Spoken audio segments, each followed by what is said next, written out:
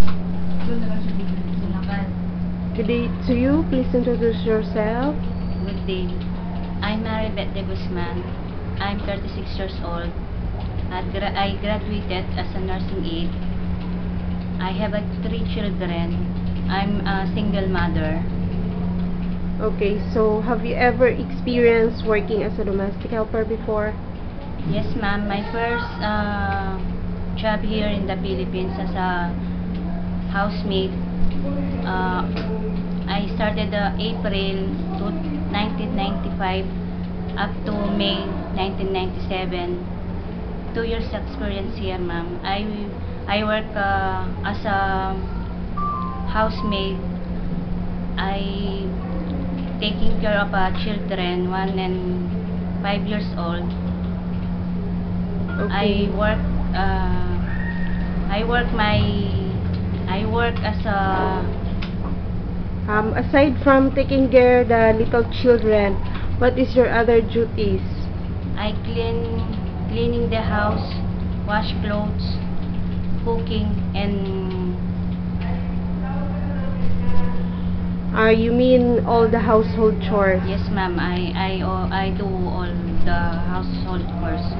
Okay, so how about the second one? I work as a domestic helper in Hong Kong, 9 months, ma'am.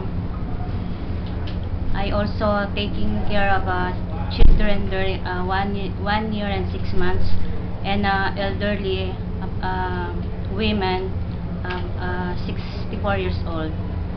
And I also work my household chores, cooking, laundering.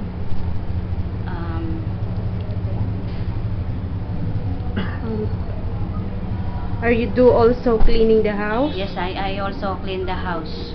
Okay, so since you have experience working abroad, how can you handle the homesickness situation?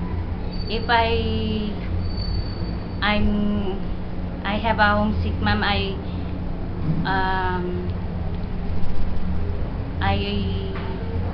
work my job and playing with the children. Okay, so very good. How about what is your main reason why you want to work in Hong Kong? To earn more money, ma'am, because my children go to school in college. Okay, so you mean you need to support My your children. children, especially their financial needs. Yes, ma'am. Okay, so finally, can you give the message to your future employer? Greetings, ma'am. If I choose me, I work harder and